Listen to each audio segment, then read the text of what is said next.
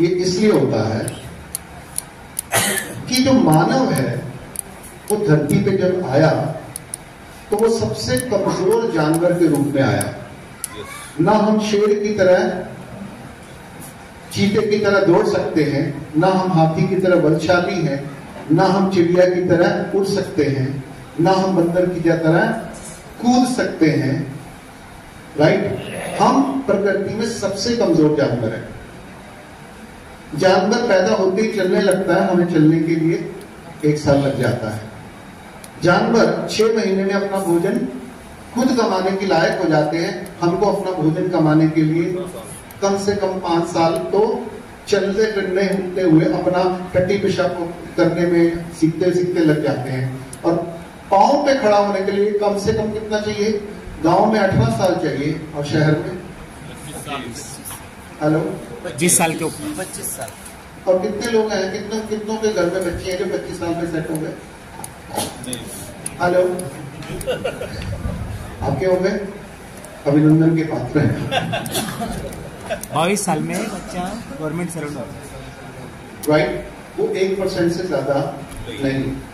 और अब जो सर्विस के लिए नौकरी को सेट होना मांगते हैं, तो सरकार, आपको मालूम है ना, सरकार ने पहले बोल दिया आप किसी को नौकरी नहीं देंगे, आप कोई नौकरी नहीं देंगे। अब एआई के बाद, आर्टिफिशियल इंटेलिजेंस के बाद जितना भी सर्विस सेक्टर है, जितने भी अकाउंटेंट हैं, जितने भी ड्राइवर हैं, जितने भी सैनिक हैं, जितने भी वकील हैं, जितने भी जज हैं, जितने भी IAS IPS ऑफिसर हैं, जितने भी एक्सपर्ट हैं, जितने भी कंप्यूटर चलाने वाले हैं, उन सबका काम AI कर लेगा। और ये क्या करेंगे? भगवान श्री राम की सर एक मिनट, फिर ये आरक्षण का क्या होगा? जो आरक्षण मांग रहे, मराठा मांग रही है, राजस्थान मांग रही है, उसका क्या होगा? लड़ो और मरो। तो फिर आरक्षण से ये सबसे बड़ा आरक्षण ये लड़ो और मरो, क्योंकि आरक्षण तो तब होगे ना जब आपके पास नौकरी होगी। जब नौकरी नहीं है तो आरक्षण का कोई, और नौकरी तो कभी इनके पास थी ही नहीं। भारत की जनसंख्या कितनी? 160 करोड़ लोग। भारत में नौकरी लायक बच्चे कितने? दुनिया में सबसे बड़ा जो यंग पॉपुलेशन है, नौकरी लायक पॉपुलेशन है, जिसको हमारे प्रधानमंत्री ने कहा था 2014 में, भारत के पास दुनिया का सबसे बड़ा डेमोग्राफिक डिविडेंड है, यंग पॉपुलेशन है। यस? तो जो नौकरी प्राप्त पाने के लिए सबसे यंगेस्ट पॉपुलेशन है वो भारत में है। ये हमारी ताकत है या हमारी लायबिलिटी है? लायबिलिटी है। तो 2014 से लेके 2024 तक हम अगर 2-2 करोड़ लोगों को नौकरी देते तो शायद हम 20 लाख करोड़ लोगों को ऑक्युपाइड कर चुके होते। तो शायद हम अपना, तब भी हम अपना 50% डिविडेंड, क्योंकि भारत की जो परफॉर्मिंग एसेट है, जो परफॉर्म कर सकती है, वो यंग पॉपुलेशन होती है। तो उनको काम दे सकते, तो वो हमारी तरक्की में, हमारे समाज में, हमारी सुरक्षा में, हमारी समृद्धि में योगदान दे सकते थे। आज ये पॉपुलेशन क्या कर रही है? कितनों को नौकरी मिली? 10 साल में कितनों को नौकरी मिली? और कितनों को अगले 5 साल में या 10 साल में मिलने की संभावना है? Yes, anyone? अब ये यंग पॉपुलेशन को देने के लिए इलेक्शन का झुंझुना भी नहीं है, क्योंकि ये उन नौकरियों को भी खा चुकी। अब सरकार के पास नौकरी देने के लिए पैसा नहीं है। मैं ये सारी कहानी अव्यवस्था की, इनका सलूशन भी मैं हमें समाज के रूप में, क्योंकि मैंने कल पहला वाक्य बोला था, सरकार का मतलब व्यवस्था नहीं होती, सरकार का मतलब अव्यवस्था बनाए रखना होता है। पॉलिटिकल पार्टी का काम व्यवस्था बनाना नहीं है। वो व्यवस्था के नाम पे अव्यवस्था को, झगड़ों को, गरीबी को, बेरोजगारी को, महंगाई को बनाए रखना है। अगर किसी का मंतव्य इसके विपरीत है तो बताओ। हेलो, यही हो रहा है।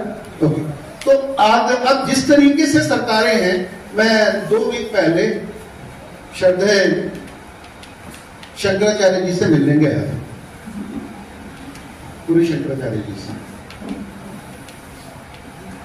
तो हम इन्हीं मुद्दों के ऊपर समाज के सामने क्या चुनौतियां हो रही हैं और उन चुनौतियों को समझना, मिलके समझना और उसके लिए मिलके उसका हल खोजने के लिए मैं उनसे बात करने गया था। तो उन्होंने कहा, मैं उनके बात सामने रख सकता हूं क्योंकि ये जो बातें हैं ये मीडिया में ओपन है। उन्होंने कहा था सरकार का काम ठेका देने से ज्यादा क्या है? हेलो, ठेका देने का ज्यादा के अलावा क्या है? ये उनका प्रश्न था कि आज की सरकारें ठेका देने के अलावा कोई काम नहीं कर रही।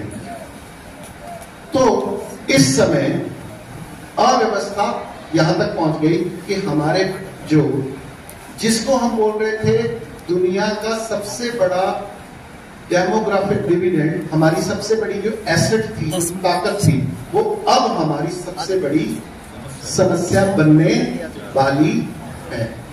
क्योंकि उनके लिए रोजगार, जीवन के अवसर, उनकी महत्वाकांक्षा, उनके सपनों को पूरा करने के लिए वर्तमान सरकार या किसी भी सरकार के पास कोई साधन नहीं होंगे।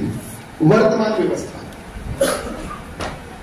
राइट। और न्यू वर्ल्ड गवर्नमेंट ने पहले से ही तय कर लिया है कि वर्तमान व्यवस्था जो चल रही है ये नकारा है, इससे मानवता आगे नहीं जा सकती, इसलिए इस व्यवस्था को बदलना पड़ेगा। परंतु इस व्यवस्था का मतलब है सारी दुनिया की व्यवस्था को एक करना पड़ेगा और उस व्यवस्था में जो 80% काम है वो robot, computer, artificial intelligence, industrial revolution 4, genetic engineering से कर लिया जाएगा। यानी 80% प्रजा की कोई जरूरत नहीं, न काम के लिए, न बच्चों के लिए, न वोट के लिए, न नोट के लिए, किसी चीज के लिए उनकी जरूरत नहीं है, राइट। और जब हमने ट्रैक्टर लाए अपने गांव में तो हमारे बैलों का क्या हुआ? हेलो, खत्म हुए, हम ही ने खत्म किए, हमारी पीढ़ी ने खत्म किए। और जब हमने थैली का दूध लाए तो हमारी गाय खत्म हुई। और जब हम आर्टिफिशियल इंटेलिजेंस ले आए, जब आर्टिफिशियल इंटेलिजेंस ले आएंगे तो कौन खत्म होगा? आपको मालूम है कोरोना के बाद 60% जॉब खत्म हो चुकी है मार्केट से। इसलिए